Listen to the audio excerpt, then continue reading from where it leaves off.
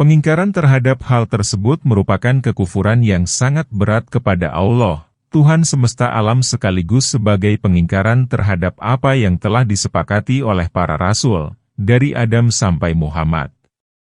Dan firman Allah Azza wa Jalla lainnya yang menunjukkan penciptaan perbuatan manusia adalah firman Allah yang mengkisahkan mengenai Halil Allah, Ibrahim, di mana ia berkata, "Ya Tuhanku, jadikanlah aku dan anak cucuku orang-orang yang tetap mendirikan sholat." Surat Ibrahim ayat 40. Demikian juga firman Allah, "Maka jadikanlah hati sebagian manusia cenderung kepada mereka." Surat Ibrahim ayat 37. Serta firman Allah, "Dan kami jadikan dalam hati orang-orang yang mengikutinya rasa santun dan kasih sayang.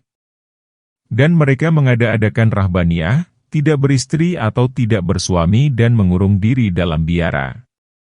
Padahal kami tidak memerintahkan kepada mereka." Surat Al-Hadid ayat 27. Allah Azza wa Jalla juga berfirman mengkisahkan Nabi Zakaria, di mana ia berucap, "Ya Tuhanku, jadikanlah ia seorang yang diridai." Surat Maryam ayat 6. Dan juga firman Allah, "Tetapi karena mereka melanggar janjinya, kami kutuk mereka dan kami jadikan hati mereka keras membatu." Surat Al-Maidah ayat 13.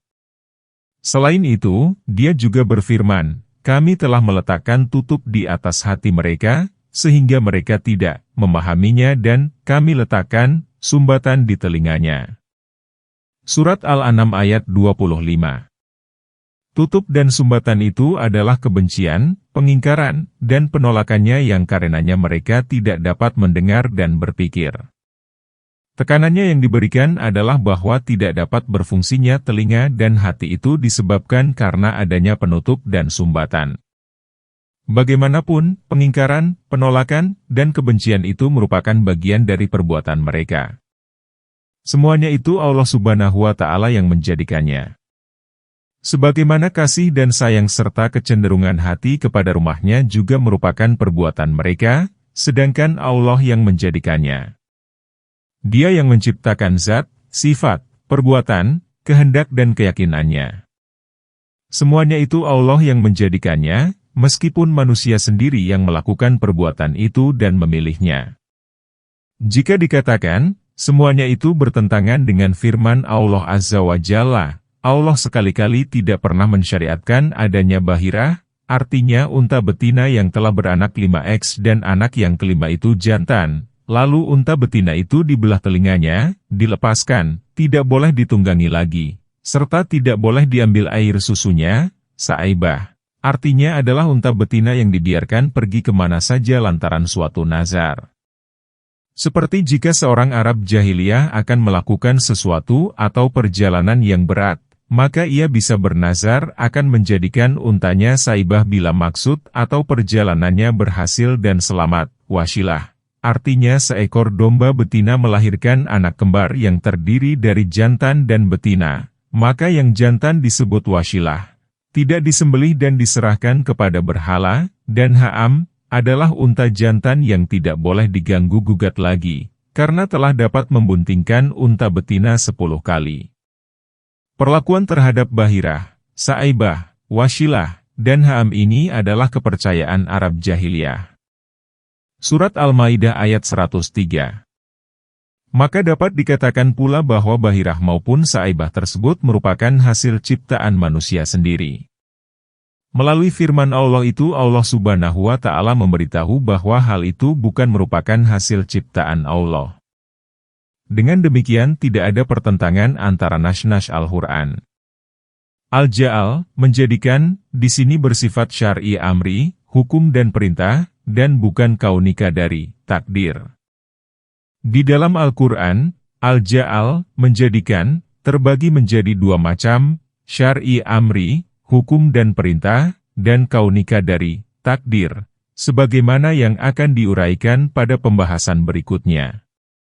Mengenai hal tersebut, Allah Azza wa Jalla sama sekali tidak mensyariatkan dan tidak pula memerintahkan bahirah, sa'ibah, wasilah, dan Ham, tetapi orang-orang kafir itulah yang mengada-ada semuanya itu dan menjadikannya sebagai ajaran baginya tanpa didasari ilmu sama sekali.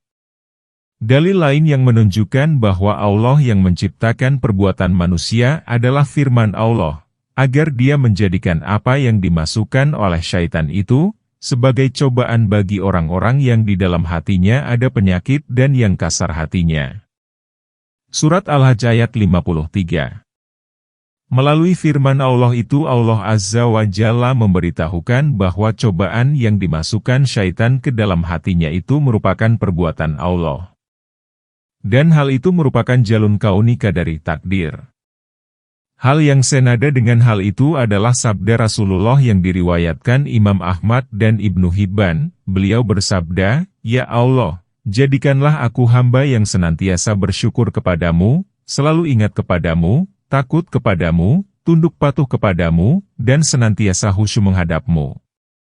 Dalam ucapannya tersebut, beliau memohon kepada Allah agar Allah menjadikannya seperti itu. Semuanya itu merupakan perbuatan yang bersifat memilih dan terjadi karena kehendak dan pilihan hamba Allah. Dalam hadis ini juga terdapat ungkapan, "Luruskanlah lisanku." Artinya menjadikan lidah itu berbicara dengan baik. Hal itu senada dengan sabda beliau dalam hadis yang lain, di mana beliau bersabda, "Ya Allah, jadikanlah aku tulus ikhlas kepadamu." Demikian juga dengan sabda beliau, "Ya Allah, jadikanlah aku orang yang paling mensyukurimu, paling banyak mengingatmu, mengikuti nasihatmu, dan menjaga wasiat-mu." Hal itu juga senada dengan ucapan orang-orang mukmin melalui firman Allah Azza wa Jalla, "Ya Tuhan, tuangkanlah kesabaran atas diri kami, dan kokohkanlah pendirian kami." Surat Al-Baqarah ayat 250. Dengan demikian, kesabaran dan kekokohan pendirian merupakan dua perbuatan manusia yang bersifat pilihan, namun upaya menjadikan sabar dan pengokohan itu merupakan perbuatan Allah Ta'ala. Jadi, kesabaran dan kekokohan pendirian itu merupakan perbuatan manusia. Hal tersebut senada dengan firman Allah, "Ya Tuhanku, tunjukkanlah kepadaku untuk mensyukuri nikmat-Mu yang telah Engkau anugerahkan kepadaku dan kepada ibu bapakku serta supaya aku dapat berbuat amal syalih yang Engkau ridai." Surat Al-Ahqaf ayat 15. Ibnu Abbas dan para mufasir yang hidup setelahnya berpendapat, Auzieni berarti Al-Himni, berikanlah ilham kepadaku. Abu Ishaq mengatakan, penafsiran ayat tersebut secara etimologis berarti, cukupkanlah bagiku segala sesuatu kecuali rasa syukur atas nikmat yang telah Engkau anugerahkan. Dalil lain yang menunjukkan penciptaan perbuatan manusia oleh Allah Azza wa Jalla adalah firman Allah, dan ketahuilah bahwa di antara kalian terdapat Rasulullah. Kalau ia menuruti kemauan kalian dalam beberapa urusan, maka kalian benar-benar akan mendapat kesusahan, tetapi Allah menjadikan kalian cinta kepada keimanan dan menjadikan iman itu indah dalam hati kalian serta menjadikan kalian benci kepada kekafiran, kefasikan, dan kedurhakaan. Mereka itulah orang-orang yang mengikuti jalan yang lurus. Surat Al-Hujurat ayat 7. Penanaman kecintaan oleh Allah Azza wa Jalla ke dalam hati hamba-hamba Allah yang beriman itu berupa peletakan kecintaan Allah di dalam hati mereka. Yang mana hal itu sama sekali tidak dapat dilakukan oleh selain diri Allah. Sedangkan upaya seorang hamba menjadikan sesuatu dicintai orang lain itu dengan cara menghiasinya serta menyebutkan sifat dan hal-hal yang menjadikannya dicintai. Dengan demikian, Allah Azza wa Jalla memberitahukan bahwa Dia telah menjadikan dua hal di dalam hati orang-orang yang beriman, yaitu cinta dan kebaikan Allah yang menyeru untuk mencintai Allah. Selain itu Dia juga menempatkan dalam hati mereka kebencian terhadap kekufuran, kefasikan, dan kemaksiatan. Selain hal di atas, masih ada dalil lain yang menunjukkan penciptaan perbuatan manusia oleh Allah Subhanahu wa Ta'ala, yaitu firman Allah, Dialah yang memperkuatmu dengan pertolongan Allah dan dengan orang-orang mukmin. Dan yang mempersatukan hati mereka, orang-orang yang beriman. Walaupun kamu membelanjakan semua kekayaan yang berada di bumi, niscaya kamu tidak dapat mempersatukan hati mereka, akan tetapi Allah telah mempersatukan hati mereka. Sesungguhnya Dia Maha Perkasa lagi Maha Bijaksana. Surat Al-Anfal ayat 62-63. Demikian halnya dengan firman Allah berikut ini, maka Allah mempersatukan hati kalian, lalu karena nikmat Allah kalian menjadi orang-orang yang bersaudara. Surat Ali Imran ayat 103. Pemersatuan hati-hati manusia, dengan menjadikan sebagian hati cenderung dan mencintai sebagian lainnya termasuk perbuatan yang bersifat ikhtiari, memilih. Allah Azza wa Jalla sendiri yang memberitahu bahwa Dialah yang telah menciptakan semuanya itu dan bukan yang lainnya. Hal seperti itu juga tercermin dalam firman Allah, "Wahai orang-orang yang beriman, ingatlah kalian akan nikmat Allah, yang telah diberikan Allah kepada kalian, pada waktu suatu kaum bermaksud hendak menggerakkan tangannya kepada kalian, untuk berbuat jahat, maka Allah menahan tangan mereka dari kalian." Surat Al-Maidah ayat 11. Melalui ayat di atas Allah Subhanahu wa Ta'ala memberitahu perbuatan mereka yaitu berupa kehendak. Di sisi lain Dia juga memberitahukan perbuatan Allah yang berupa penahanan terhadap apa yang menjadi kehendak mereka tersebut. Dengan demikian itu tidak dibenarkan untuk dikatakan bahwa Allah Azza wa Jalla menjadikan tangan mereka lumpuh, mematikan mereka, atau menurunkan azab kepada mereka untuk memisahkan antara mereka dengan apa yang menjadi kehendak mereka.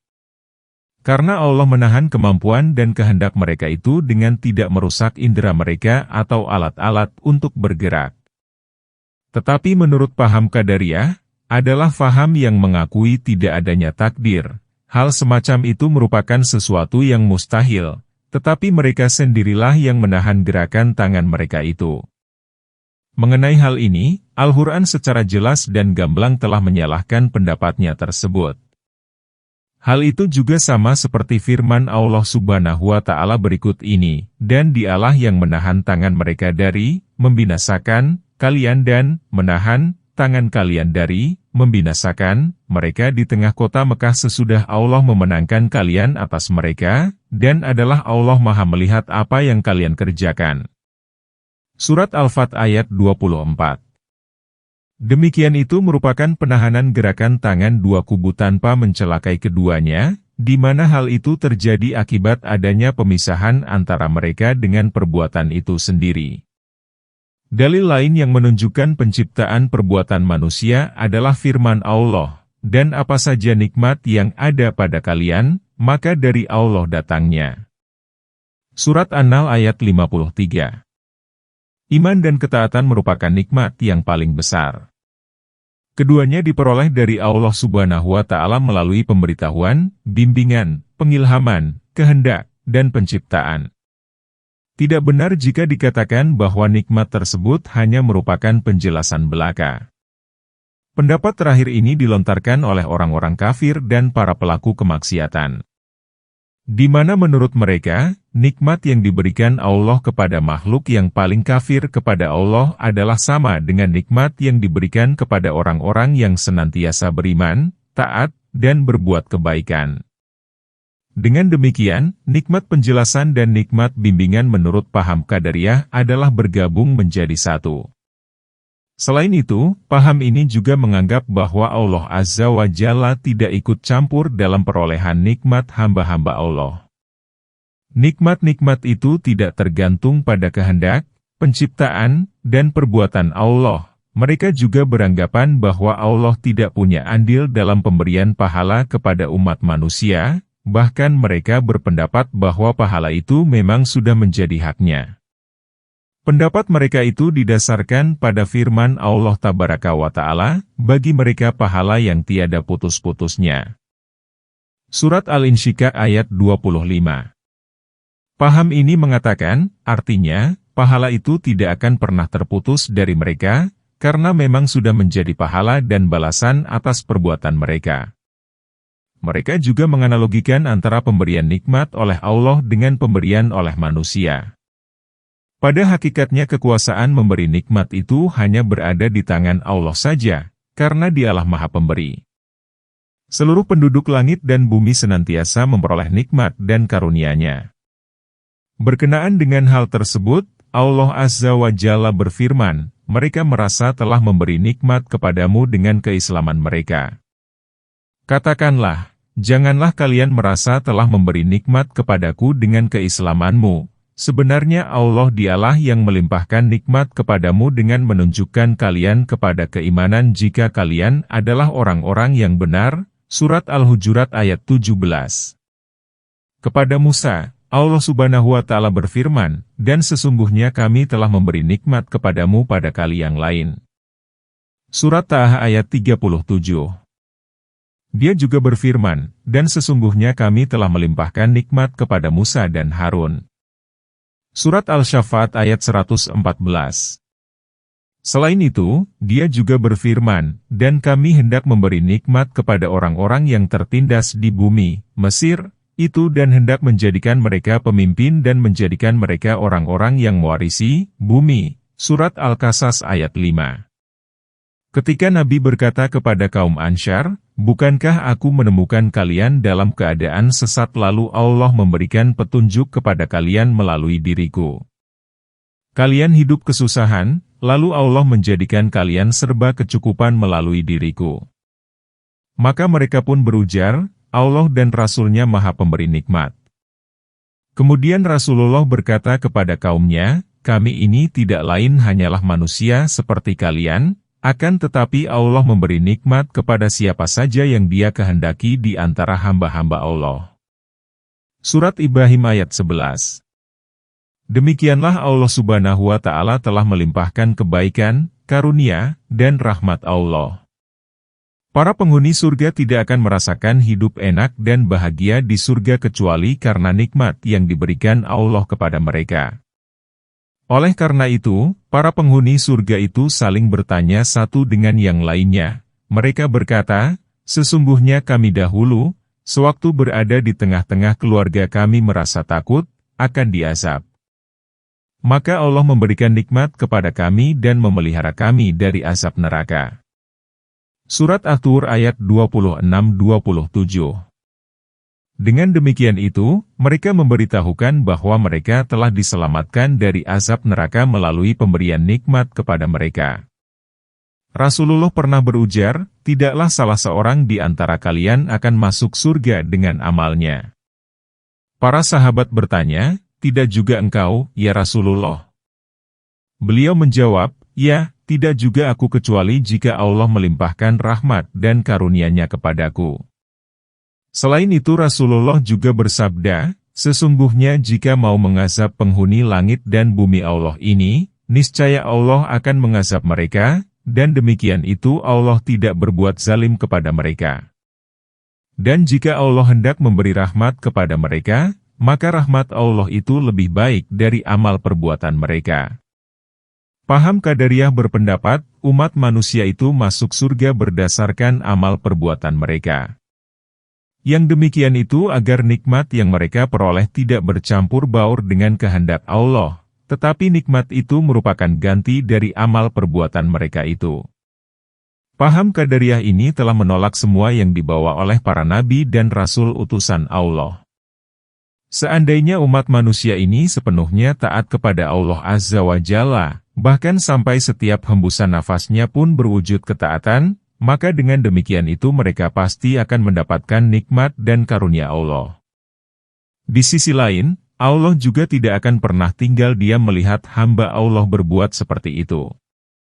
Semakin besar ketaatan seorang hamba, maka semakin besar pula nikmat dan karunia Allah.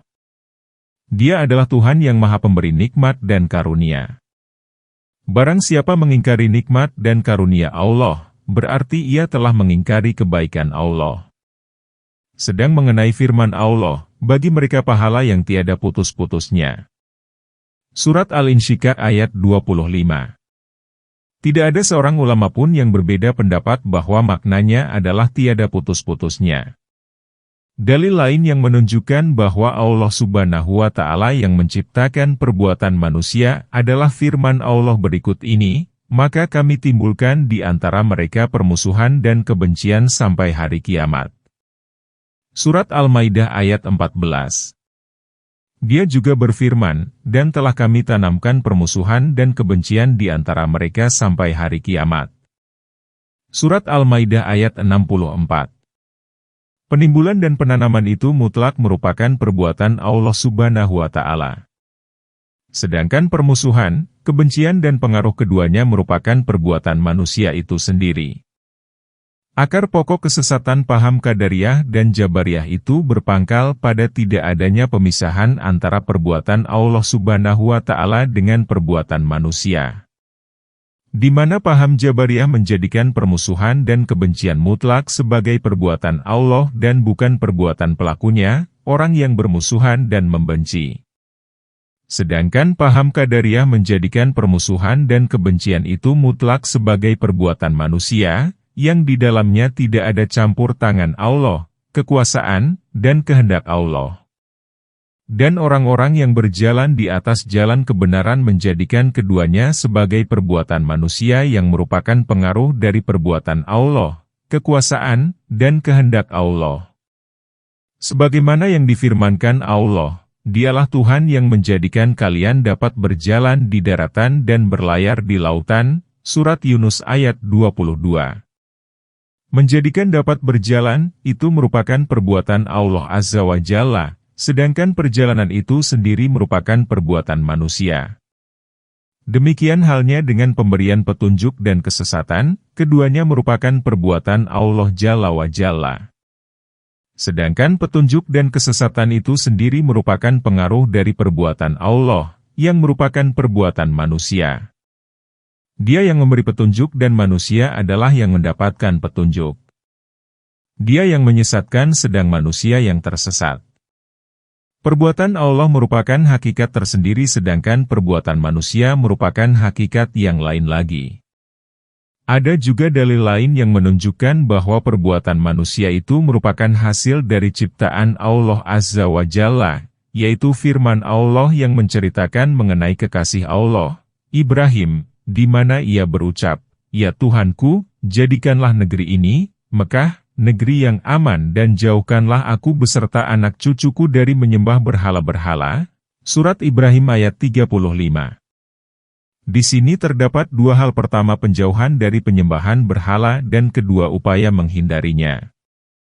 Di mana Ibrahim memohon kepada Allah agar dia menjauhkan dirinya dari penyembahan berhala, sehingga dengan demikian itu ia berhasil menghindarinya. Menghindari penyembahan berhala merupakan perbuatan manusia, sedangkan upaya menjauhkan dari penyembahannya merupakan perbuatan Allah Azza wa Jalla. Manusia tidak akan berbuat kecuali setelah adanya perbuatan Allah. Persamaan dari hal itu adalah ucapan Yusuf, "Ya Tuhanku, penjara lebih aku sukai daripada memenuhi ajakan mereka kepadaku. Dan jika tidak engkau hindarkan dariku tipu daya mereka, tentu aku akan cenderung untuk memenuhi keinginan mereka, dan tentulah aku termasuk orang-orang yang bodoh." Maka Tuhan memperkenankan doa Yusuf dan Allah menghindarkan Yusuf dari tipu daya mereka. Sesungguhnya Dialah yang Maha Mendengar lagi Maha Mengetahui. Surat Yusuf ayat 33-34. Penghindaran tipu daya merupakan perbuatan yang bersifat pilihan. Allah Subhanahu wa Ta'ala yang menghindarkannya, sedang penghindaran itu sendiri merupakan perbuatan Yusuf. Hal itu senada dengan firman Allah kepada Nabi Allah Muhammad, "Dan sekiranya kami tidak memperteguh hatimu, niscaya kamu hampir-hampir condong sedikit kepada mereka." Hal itu senada dengan firman Allah kepada Nabi Allah Muhammad, "Dan sekiranya kami tidak memperteguh hatimu, niscaya kamu hampir-hampir condong sedikit kepada mereka." Surat Al-Isra ayat 74. Peneguhan hati itu merupakan perbuatan Allah Azza wa Jalla, sedangkan keteguhan itu sendiri merupakan perbuatan Rasulullah. Hal yang seperti itu adalah firman Allah berikut ini, Allah meneguhkan iman orang-orang yang beriman dengan ucapan yang teguh itu dalam kehidupan di dunia dan di akhirat. Dan Allah menyesatkan orang-orang yang zalim dan berbuat apa yang dikehendaki Allah. Surat Ibrahim ayat 27. Dalam ayat tersebut, Allah memberitahukan bahwa peneguhan iman orang-orang yang beriman dan penyesatan orang-orang yang zalim merupakan perbuatan Allah di mana Dia bisa berbuat apa saja yang Dia kehendaki. Sedangkan teguh dan sesat mutlak merupakan perbuatan mereka. Di antara dalil lainnya adalah firman Allah Azza wa Jalla berikut ini, tetapi karena mereka melanggar janjinya maka kami kutuk mereka dan kami jadikan hati mereka keras membatu. Mereka suka merubah perkataan Allah dari tempat-tempatnya. Surat Al-Maidah ayat 13.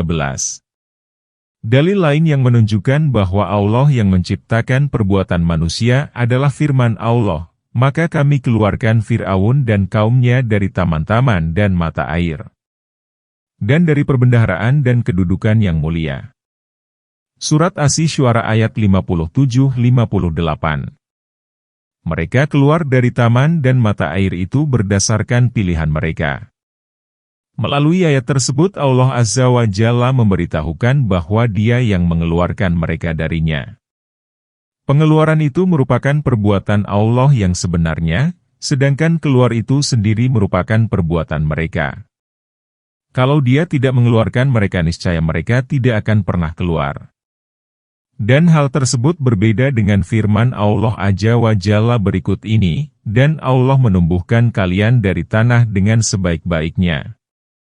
Kemudian Dia mengembalikan kalian ke dalam tanah dan mengeluarkan kalian darinya pada hari kiamat, dengan sebenar-benarnya. Surat Nuh ayat 17-18.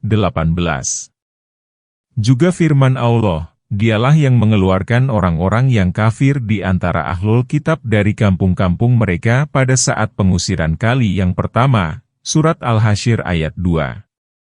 Demikian halnya dengan firman Allah di bawah ini, dan Allah yang mengeluarkan kalian dari perut ibumu. Surat An-Nahl ayat 78. Karena dalam proses pengeluaran mereka itu, mereka tidak ikut berbuat dan ikut campur. Perbuatan itu bukan merupakan pilihan dan kehendak mereka. Sedangkan firman Allah, sebagaimana Tuhanmu telah mengeluarkanmu dari rumahmu dengan kebenaran. Surat Al-Anfal ayat 5. Mengenai ayat ini ada beberapa kemungkinan. Pertama, pengeluaran itu memang sudah menjadi ketetapan dan kehendak Allah. Dan mungkin juga pengeluaran tersebut diharuskan oleh perintah Allah. Dengan demikian, kata pengeluaran di dalam Al-Quran terdapat 3 macam. 1. Mengeluarkannya karena sudah menjadi pilihan dan kehendak Allah. 2. Mengeluarkannya dengan paksaan. Dan 3. Mengeluarkannya karena sudah menjadi perintah dan syariat Allah, peraturan Allah. Ada beberapa orang yang mengira bahwa yang termasuk dalam masalah ini adalah firman Allah Azza wa Jalla berikut ini. Maka yang sebenarnya bukan kalian yang membunuh mereka, tetapi Allah yang membunuh mereka. Dan bukan kamu yang melempar ketika kamu melempar, tetapi Allah yang melempar. Surat Al-Anfal ayat 17. Mereka menjadikan ayat tersebut untuk memperkuat pendapat paham Qadariyah, adalah faham yang mengakui tidak adanya takdir, padahal mereka tidak memahami maksud ayat itu yang sebenarnya. Dan ayat ini sama sekali bukan termasuk dalam masalah ini. Ayat ini ditujukan kepada mereka pada saat terjadi Perang Badar, di mana Allah Azza wa Jalla menurunkan para malaikat yang membunuh musuh-musuh Allah. Dengan demikian, bukan kaum muslimin sendiri yang membunuh mereka tetapi malaikat yang membunuh mereka. Sedangkan lemparan Rasulullah, perbuatan yang dilakukan oleh Rasulullah adalah berupa lemparan itu sendiri. Sedangkan penyampaian lemparan itu sampai ke wajah semua musuhnya merupakan perbuatan Allah Azza wa Jalla. Dalil lainnya yang menunjukkan penciptaan perbuatan manusia oleh Allah Tabaraka wa Ta'ala adalah firman Allah di bawah ini, dan bahwasanya Dialah yang menjadikan orang tertawa dan menangis. Surat An-Najm ayat 43. Tawa dan tangis merupakan 2 perbuatan yang bersifat pilihan. Pada hakikatnya, Allah Azza wa Jalla yang menjadikan tertawa dan menangis, sedangkan manusia itu sendiri yang tertawa dan menangis. Dalil lain yang juga menunjukkan penciptaan perbuatan manusia oleh Allah adalah firman Allah ini, "Dialah Tuhan yang memperlihatkan kilat kepada kalian untuk menimbulkan ketakutan dan harapan, dan Dia mengadakan awan mendung." Surat Ar-Ra'd ayat 12. Melihat kilat itu dapat dicapai melalui indera mereka. Iradah, kehendak, merupakan perbuatan Allah Azza wa Jalla, sedangkan melihat itu merupakan perbuatan manusia. Upaya memperlihatkan itulah yang menjadikan perbuatan Allah Subhanahu wa Ta'ala. Yang termasuk demikian itu adalah ucapan Khidir kepada Musa "Maka Tuhanmu menghendaki agar supaya mereka sampai kepada kedewasaannya dan mengeluarkan simpanannya itu." Surat Al-Kahfi ayat 82, pencapaian usia dewasa bukan merupakan perbuatan kedua anak tersebut, manusia, tetapi tindakan mengeluarkan simpanan itu merupakan perbuatan mereka yang bersifat pilihan. Dan Allah Azza wa Jalla memberitahu bahwa kedua perbuatan itu merupakan kehendak Allah. Dan yang termasuk hal itu adalah firman Allah Azza wa Jalla mengenai sihir, dan mereka itu, ahli sihir, tidak memberi kesulitan dengan sihirnya kepada seorang pun kecuali dengan izin Allah. Surat Al-Baqarah ayat 102. Izin Allah ini bukan berarti perintah dan peraturan Allah, melainkan ketetapan, takdir, dan kehendak Allah. Izin tersebut bersifat kauni qadari, takdir, dan bukan dini amri, agama yang diperintahkan. Selain itu, masih banyak lagi dalil-dalil lain yang menunjukkan penciptaan perbuatan manusia oleh Allah Subhanahu wa Ta'ala. Di antaranya adalah firman Allah berikut ini, "Dan Allah mewajibkan kepada mereka kalimat takwa dan mereka adalah berhak dengan kalimat takwa itu dan patut memilikinya." Surat Al-Fat ayat 26. Kalimat takwa adalah suatu kalimat yang dipergunakan untuk bertakwa kepada Allah Azza wa Jalla. Di antara kalimat ini yang paling tinggi posisinya adalah kalimat La ilaha illallah, tiada Tuhan selain Allah. Dan urutan berikutnya adalah semua kalimat yang diucapkan dalam rangka bertakwa kepada Allah. Melalui firman Allah di atas, Allah Azza wa Jalla memberitahukan bahwa Dia telah mewajibkan kalimat takwa itu bagi semua hamba Allah yang beriman. Dengan mewajibkan kepada mereka, maka mereka pun menaatinya. Kalau bukan karena Dia mewajibkannya, niscaya mereka tidak pernah memenuhinya. Pemenuhan terhadap kewajiban tersebut merupakan perbuatan yang bersifat ikhtiari, pilihan, tergantung pada kehendak dan pilihan mereka. Dalil lainnya adalah firman Allah di bawah ini, "Sesungguhnya manusia diciptakan bersifat keluh kesah lagi kikir apabila ia ditimpa kesusahan ia berkeluh kesah. Dan apabila ia mendapat kebaikan ia amat kikir." Surat Al-Ma'arij ayat 19-21. Melalui firman Allah tersebut, Allah Azza wa Jalla memberitahukan bahwa manusia itu memiliki sifat keluh kesah lagi sangat kikir. Secara gamblang disebutkan bahwa keluh kesah dan kekikiran itu merupakan ciptaan Allah, sebagaimana manusia secara utuh, baik menyangkut zat, sifat, perbuatan, dan akhlaknya merupakan makhluk, ciptaan, Allah Ta'ala. Keluh kesah itu merupakan perbuatan Allah, Dia yang menciptakannya. Dan Dia sama sekali tidak pernah berkeluh kesah dan tidak pula manusia dapat menciptakan keluh kesah tersebut. Firman Allah Azza wa Jalla berikut ini merupakan dalil yang menunjukkan bahwa perbuatan manusia itu diciptakan oleh Allah, dan tidak ada seorang pun akan beriman kecuali dengan izin Allah dan Allah menimpakan kemurkaan kepada orang-orang yang tidak mempergunakan akalnya. Surat Yunus ayat 100.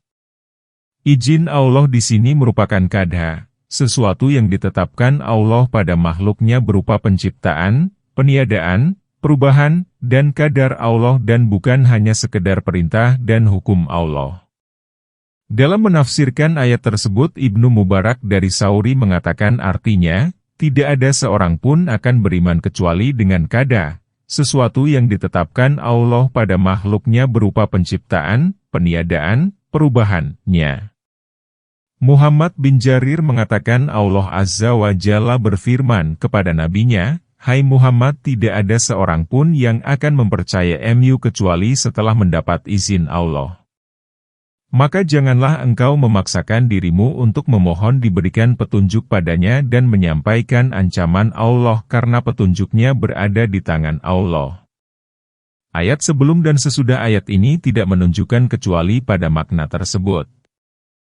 Di mana Allah berfirman, dan jika Tuhan MU menghendaki tentu semua orang yang ada di muka bumi beriman. Maka apakah kamu hendak memaksa manusia supaya mereka menjadi orang-orang yang beriman semuanya? Dan tidak ada seorang pun yang akan beriman kecuali dengan izin Allah. Surat Yunus ayat 99-100.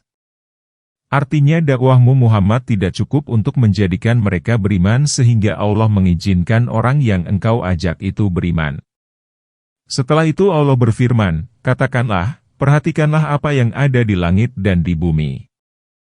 Tidaklah bermanfaat tanda kekuasaan Allah dan rasul-rasul yang memberi peringatan bagi orang-orang yang tidak beriman. Surat Yunus ayat 101. Ibnu Jarir mengatakan Allah Ta'ala berfirman, hai Muhammad, katakan kepada mereka yang bertanya kepada MU mengenai tanda-tanda kekuasaan Allah untuk membuktikan dakwah dan seruanmu untuk mengesahkan Allah serta mencampakkan segala hal yang menjadi sekutu bagi Allah. Perhatikanlah hai umat manusia sekalian, tanda-tanda kekuasaan Allah yang ada di langit yang menunjukkan kebenaran seruanku itu baik itu berupa matahari, bulan, pergantian siang dan malam, turunnya hujan sebagai rezeki. Demikian juga tanda-tanda kekuasaan Allah yang ada di bumi, yang berupa gunung, tumbuh-tumbuhan, makanan penghuninya, dan berbagai macam keajaiban. Jika kalian benar-benar orang-orang yang berakal maka pada yang demikian itu terdapat peringatan, pelajaran dan bukti bahwa semuanya itu merupakan perbuatan Allah Azza wa Jalla. Namun semua tanda kekuasaan itu tidak mendatangkan manfaat bagi orang-orang yang telah ditetapkan sengsara oleh Allah dan dituliskan di Lauhul Mahfudz bahwa mereka termasuk penghuni neraka. Dan mereka ini tidak akan pernah beriman dan mempercayai Allah sedikit pun meskipun diperlihatkan kepada mereka berbagai tanda kekuasaan Allah sehingga mereka melihat azab yang pedih. Dalil lainnya adalah firman Allah berikut ini, dan tiap-tiap manusia itu telah kami tetapkan amal perbuatannya, sebagaimana tetapnya kalung pada lehernya. Dan kami keluarkan baginya pada hari kiamat sebuah kitab yang dijumpainya terbuka. Surat Al-Isra, ayat 13. Ibnu Jarir mengatakan, artinya, Allah berfirman, kami telah menetapkan bagi setiap orang apa yang digariskan bahwa mereka yang akan mengamalkannya. Dan amalan yang menjadikannya sengsara atau bahagia telah kami kalungkan di leher mereka, dan mereka tidak akan pernah dapat melepaskannya. Dalam ayat tersebut disebutkan kata tah insinyur yang berarti kesengsaraan atau kebahagiaannya itu tidak dapat lepas terbang darinya. Kemudian Ibnu Abbas mengatakan, tairuhu berarti amalnya. Apa yang telah ditetapkan Allah bagi manusia, maka hal itu pasti akan diterimanya, kapan dan di mana saja ia berada. Hal yang sama juga dikemukakan oleh Ibnu Juraij, Qatadah, dan Mujahid. Dan Qatadah mengatakan, kesengsaraan dan kebahagiaan manusia itu tergantung pada amalnya. Ibnu Jarir juga mengatakan, jika ada orang yang mengatakan, mengapa Allah mengatakan, kami telah tetapkan amal perbuatannya pada lehernya, dan mengapa tidak di tangan, kaki, atau anggota tubuh lainnya. Mengenai hal itu dapat dikatakan bahwa leher itu merupakan tempat digantungkannya hal-hal yang menarik, kalung, perhiasan, dan lain sebagainya yang dapat memperindah penampilan, sehingga ungkapan masyarakat Arab mengenai hal-hal penting berkenaan dengan anggota tubuh, maka mereka akan mengedepankan leher. Sebagaimana kejahatan anggota tubuh manusia diidentikan dengan tangan. Yang demikian itu akibat dari apa yang telah diperbuat tangannya, meskipun pelaku sebenarnya adalah lidah atau kemaluannya. Demikian itu juga berlaku pada penafsiran firman Allah. Dan tiap-tiap manusia itu telah kami tetapkan amal perbuatannya, sebagaimana tetapnya kalung di lehernya. Al-Farra mengatakan, alta insinyur berarti amal perbuatan. Sedangkan Al-Azhari mengatakan, pada dasarnya, ketika Allah Subhanahu wa Ta'ala menciptakan Adam, Dia telah mengetahui siapa-siapa dari keturunannya yang akan menjadi hamba yang taat dan siapa juga yang akan menjadi hamba yang durhaka, lalu Dia menetapkan pengetahuan Allah itu secara keseluruhan. Selanjutnya, Dia menetapkan kebahagiaan bagi hamba Allah yang taat, dan kesengsaraan bagi hamba Allah yang durhaka. Mengenai firman Allah, di lehernya, ada yang mengatakan, dikhususkannya leher, karena amal manusia itu tidak sia-sia, yang baik maupun yang buruk. Hal itu serupa dengan perhiasan yang selalu dikalungkan di leher.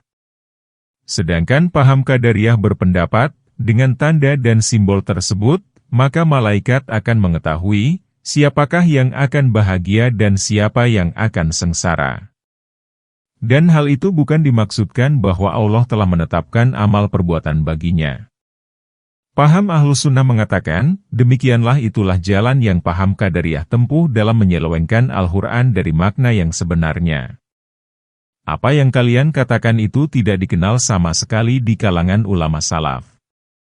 Kami telah kemukakan pendapat para ulama dan imam yang syalih mengenai kata al-ta'in sinyor, amal perbuatan, tersebut, maka paparkan kepada kami siapa di antara para imam dan ulama itu yang pernah mengemukakan pendapat kalian itu? Setiap golongan dari pelaku bid'ah senantiasa mengarahkan Al-Quran kepada bid'ah dan kesesatannya serta menafsirinya berdasarkan mazhab dan pendapat yang dianutnya. Namun Al-Quran senantiasa terhindar dan terjaga dari semuanya itu.